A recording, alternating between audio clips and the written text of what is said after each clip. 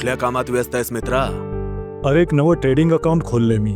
ब्रोकरला मार्जिनसाठी काही पैसे ट्रान्सफर करतो मी. कसल्या माध्यमातून? त्याने एक UPI ID पाठवलाय. हे नक्की तपासून घ्या की ती UPI ID व्हेरीफाईड आहे की नाही, कारण अनेकदा फ्रॉड UPI ID मध्ये पैसे ट्रान्सफर केल्यामुळे तोटा होऊ शकतो.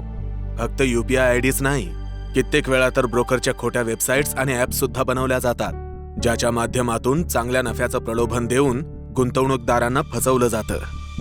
म्हणूनच गुंतवणूकदार होण्याआधी शोधकर्ता होणं गरजेचं आहे.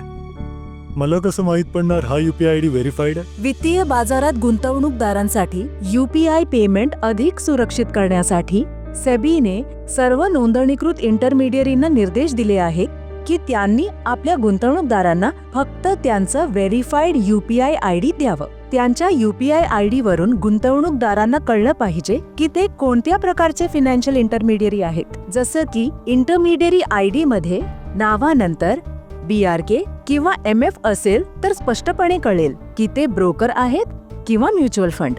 @ ह्या चिन्हानंतर व्हॅलिड हा शब्द लिहिलेला असावा आणि त्यानंतर बँकेचं नाव आणि कन्फर्मेशन स्क्रीनवर ॲपमध्ये अशा प्रकारच्या हिरव्या त्रिकोणात पांढरा थम्स अप दिसला पाहिजे.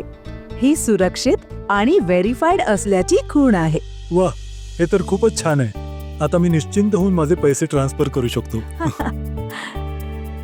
आपल्या नोंदणीकृत ब्रोकर किंवा इंटरमिडियरींकडून त्यांचा ऑफिशियल व्हेरीफाईड UPI ID मागा आणि त्याच्यावरच गुंतवणुकीसाठी पैसे ट्रान्सफर करा. समजूतदार बना, योग्य गुंतवणूक करा. An investor awareness initiative by SEBI.